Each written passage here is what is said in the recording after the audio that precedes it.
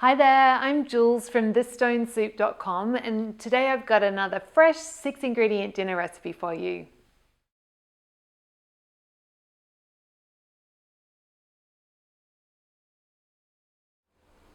So for our tandoori cauliflower, I've got half a head of cauliflower that I've made kind of medium size that I've just chopped up into bite-sized pieces, and then 4 chicken thigh fillets. So you could use breast, or chickpeas are really lovely if you want a vegetarian option. There's always, I'll check out the written recipe for lots of ideas there. Any protein is good. So yeah, if you want to do it without roast without the chicken, you could.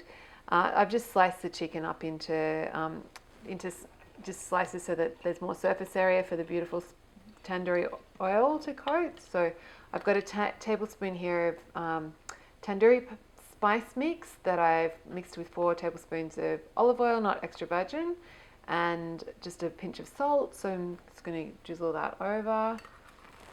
And if you didn't have tandoori spice mix, it is a really lovely spice mix, kind of a worthy addition to your spice collection, but you could just use like 2 teaspoons of curry powder and 2 teaspoons of smoked paprika instead, just to give you the colour and that kind of mild curry flavour.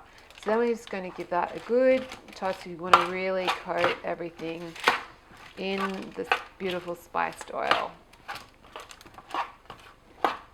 And I've lined my tray with baking paper just because it makes it a bit easier to clean up, but you don't have to do that, of course. Great, so when everything's coated in that beautiful spiced oil, just kind of squish it down so we're in a single layer. And I'm going to pop it in the oven, so 250C, which is 480F, so hot oven. Great, so tandoori cauliflower's been in the oven for 20 minutes and it's starting, see the cauliflower's starting to brown, chicken's looking cooked. Cauliflower's mostly cooked, but maybe just a slight bit crunchy still, so I'm just going to give it a good stir, and I'm just going to give it another few minutes just to make sure, because you really want cauliflower not to be crunchy anymore.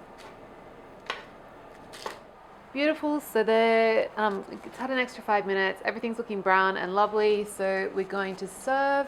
So just divide between a couple of plates, and then I'm just going to top it with some fresh coriander leaves and a good dollop of Greek yogurt and a handful of cashew nuts for crunch.